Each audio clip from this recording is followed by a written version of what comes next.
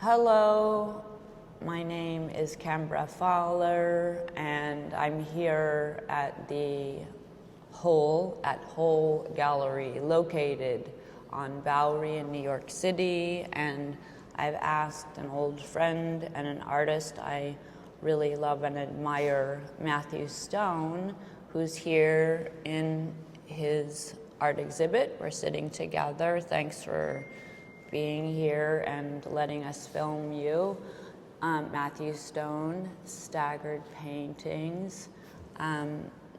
So we're sitting in front of, I see there's a lot of fireflies in the paintings. Is that something that people are noticing? There's a lot of, these are very illuminated, and the painting technique, it's quite different from your other shows that I've seen here. Do you feel like talking to the people watching about? I know it's a bit of a long question. Why you decided to paint like this, and you know, I mean, these are really. This work is really different than the work that I saw was it a decade ago that we first met at Whole. You were one of the first, Matthew was one of the first artists in this large space. Maybe longer.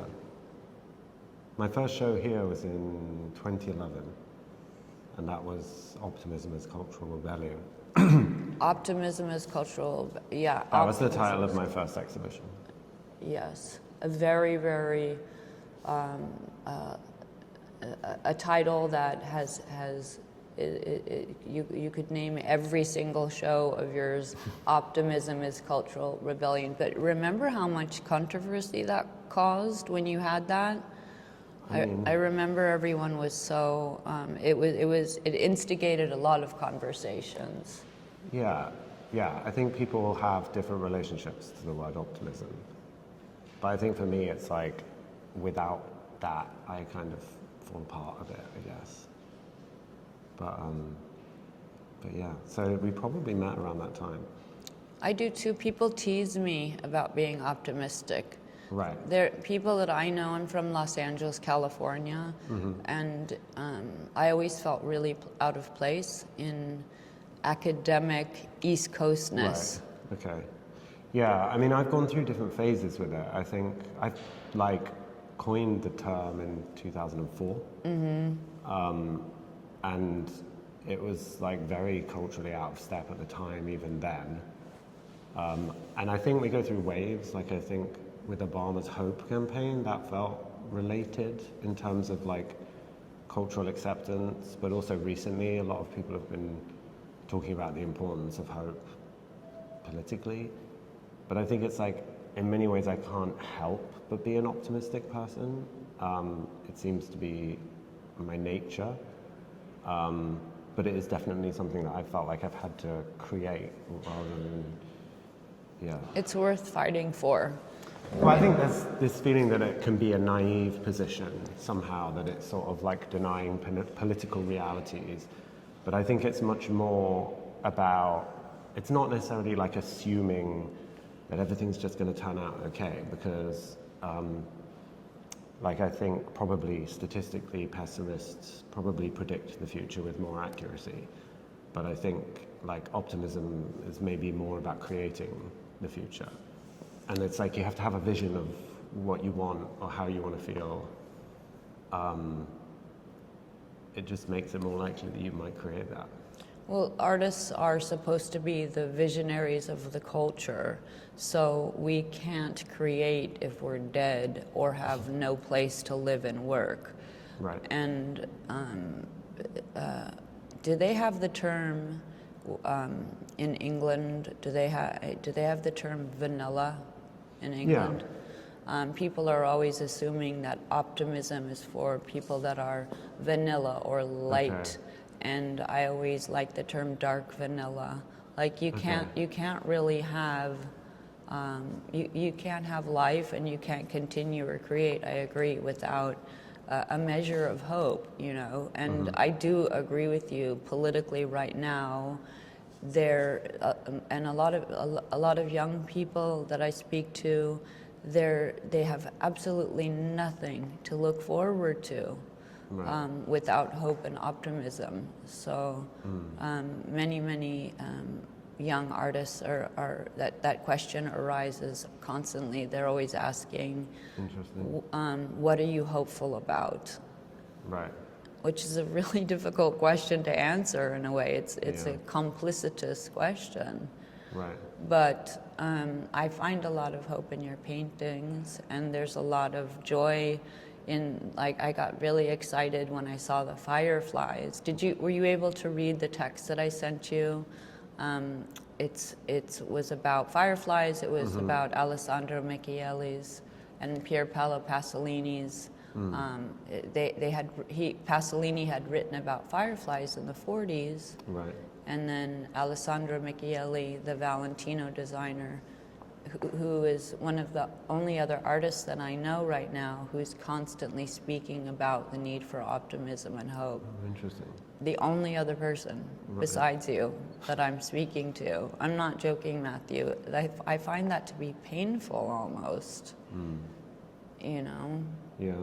I mean, I think in a way, like, for me, using the fireflies in these, I often use a singular light source. Like, I love Caravaggio's lighting and paintings, and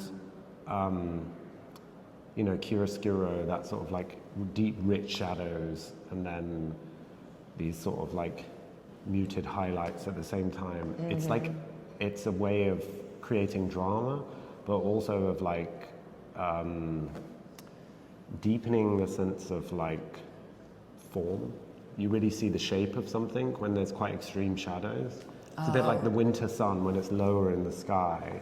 You get all of these dramatic shadows.